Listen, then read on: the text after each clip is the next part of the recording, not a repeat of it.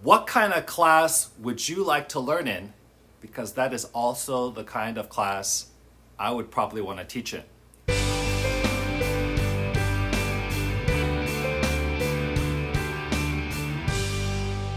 Welcome to episode 5, Classroom Management Part 2, Should Kids Make the Rules? In episode 4, I began a series on classroom management, beginning with catching kids doing the right thing.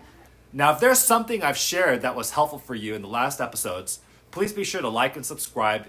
If it benefited you, maybe it would benefit someone else. I'm planning on creating weekly episodes. Also, if there's something that you do that works in your classroom, please be sure to add that in the comments so it can be helpful for others.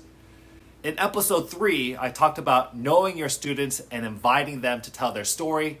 Hopefully at this point, they already have good vibes with you because you're listening and paying attention to them. That is important, listening to our students when they talk to us. I'm sure many of you have heard about the 5 C's: communication, collaboration, creativity, critical thinking, compassion.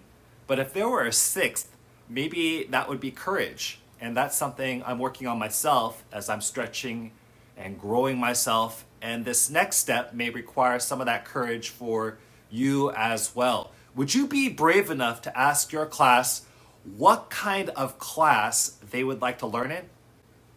I think their answers would surprise you. Here's some questions that have been helpful for me when asking my class, what kind of class would you like to learn in? How do you want to be treated by me, the teacher? How do you want to be treated by each other? Because the class is made up of so much more than just the teacher. How do you think I, the teacher, want to be treated by you? And how do you want to treat each other when there's a conflict? I think if you're brave enough to ask these questions, you'll learn so much about your students. Sometimes I've heard this practice called a social contract. Whatever you call it, it's definitely a part of what I consider to be community building, which is foundational for a class if you want to build upon students' interests, background, strengths. And I also see this as very courageous as you are also setting the stage for civic learning and engagement.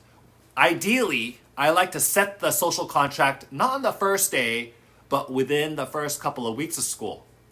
Because once the contract is made, I have the opportunity to occasionally refer back to it, or our norms, or our family norms, whatever it is that it's being called, so that I can affirm it when I see it in my students or as a class.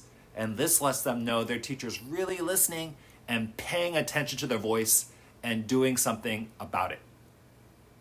Wishing you the best with creating norms for your community in our effort to help students find what they're good at so that they can do good with it. This is Dr. Jeff signing off.